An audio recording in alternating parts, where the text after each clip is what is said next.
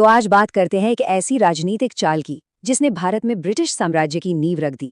इसका नाम था सहायक संधि, या जैसा कि हम सब जानते हैं, सब्सिडियरी अलायंस। जरा सोचिए, अगर किसी को एक पूरे के पूरे उपमहाद्वीप पर कब्जा करना हो, वो भी बिना हर किसी से जंग लड़े, तो वो कैसे करेगा? यही वो बड़ी पहेली थी जिसका सामना अंग्रेज भारत में कर रहे थे। और इसका जवाब था एक कमाल की और कह सकते हैं कि बहुत ही शातिर पॉलिसी। एक ऐसी चाल जिसने बिना तलवार उठाए वो कर दिखाया जो शायद बड़ी बड़ी लड़ाइयां भी नहीं कर पाती। चलिए, अब जरा गहराई में उतरते हैं और समझते हैं कि साम्राज्य बनाने की ये अनोखी रणनीति आखिर काम कैसे करती थी। तो ये सहायक संधि आखिर थी क्या? देखिए, ये एक ऐसा सिस्टम था जहां भारतीय राजा महाराजाओं से कहा गया कि हम आपको मिलिट्री प्रोटेक्शन देंगे, बस बदले में आप अपनी आज़ादी और फॉरेन पॉलिसी पर कंट्रोल हमें दे दो।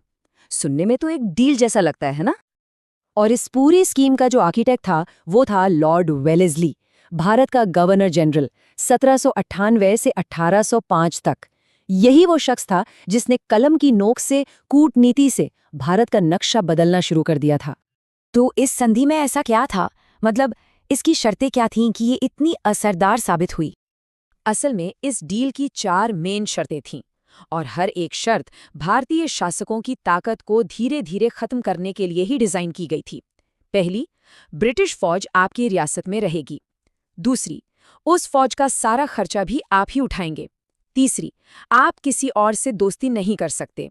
और चौथी, दुनिया से कैसे रिश्ते रखने हैं ये भी हम तय करेंगे। तो पहली शर्त, भारतीय राजाओं को अपने ही इलाके में ब्रिटिश टुकड़ियों को रखना पड़ता था, उनकी पूरी मेहमान नवाजी करनी पड़ती थी। अब सोचिए इसका मतलब क्या हुआ। इसका मतलब ये हुआ कि ब्रिटिश आर्मी अब परमानेंटली आपके घर के अंदर बैठ गई है। एक ऐसी मेहमान जो दोस्त भी हो सकती है और दुश्मन भी। फिर आई दूसरी शर्त, और ये तो और भी खतरनाक थी। इन सैनिकों का जो भारी भरकम खर्चा था वो भी राजा को ही उठाना था। और यहीं पर अंग्रेजों का असली खेल था। उन्होंने कहा, अगर आप पैसे नहीं दे पाए तो कोई बात नहीं, बस अपनी जमीन का एक टुकड़ा हमें दे दीजिए। ये एक ऐसा जाल था जिससे निकलना लगभग नामुमकिन था।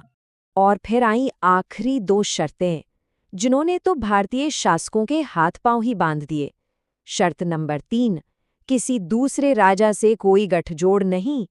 शर्त नंबर 4, किसी भी विदेशी ताकत से बात करने से पहले अंग्रेजों से इजाजत लेनी होगी।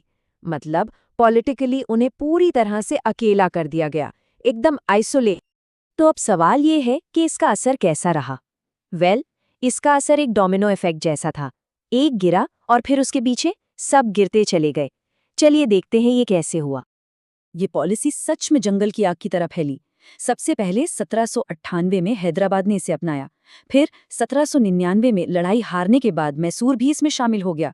1801 आते आते अवध भी ब्रिटिश प्रोटेक्टोरेट बन गया। यहाँ तक कि मराठा जैसी बड़ी ताकतें भी हारने के बाद 1802 में इस संधि पे साइन करने को मजबूर हो गईं।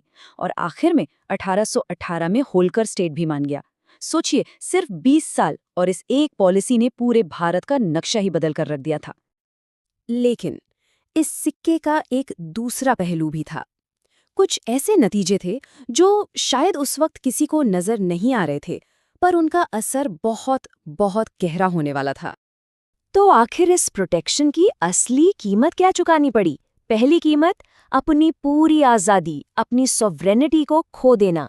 दूसरी कीमत, अपने ही राजपाट में अंग्रेजों का बढ़ता हुआ दखल। और तीसरी कीमत, सब्सिडी का वो कभी न खत्म होने वाला आर्थिक बोझ जिसने रियासतों को दिवालिया बना दिया। और अंत में यही वो पॉलिसी थी जो भारत में ब्रिटिश राज की मजबूत नींव बन गई। तो अगर देखें तो जो ऑफर किया गया और जो असल में मिला, उसमें जमीन आसमान का फर्क था। ऑफर था मिलिट्री प्रोटेक्शन का, हकीकत में मिली संप्रभुता की मौत। वादा था इलाके में शांति का, लेकिन असलियत थी ब्रिटिश हुकूमत का दबदबा। और सिक्योरिटी के बदले क्या मिला? फाइनेंशियल बर्बादी। तो आखिर में सवाल बस यही रह जाता है कि ये एक चालाक पॉलिसी तो थी, इसमें कोई शक नहीं, पर किस कीमत पर? और ये सवाल हमें सोचने पर मजबूर करता है कि कैसे कभी-कभी डिप्लोमेसी यानी कूटनीति तलवार से भी ज्यादा धारदार और ताकतवर हथियार साबित हो सकती है।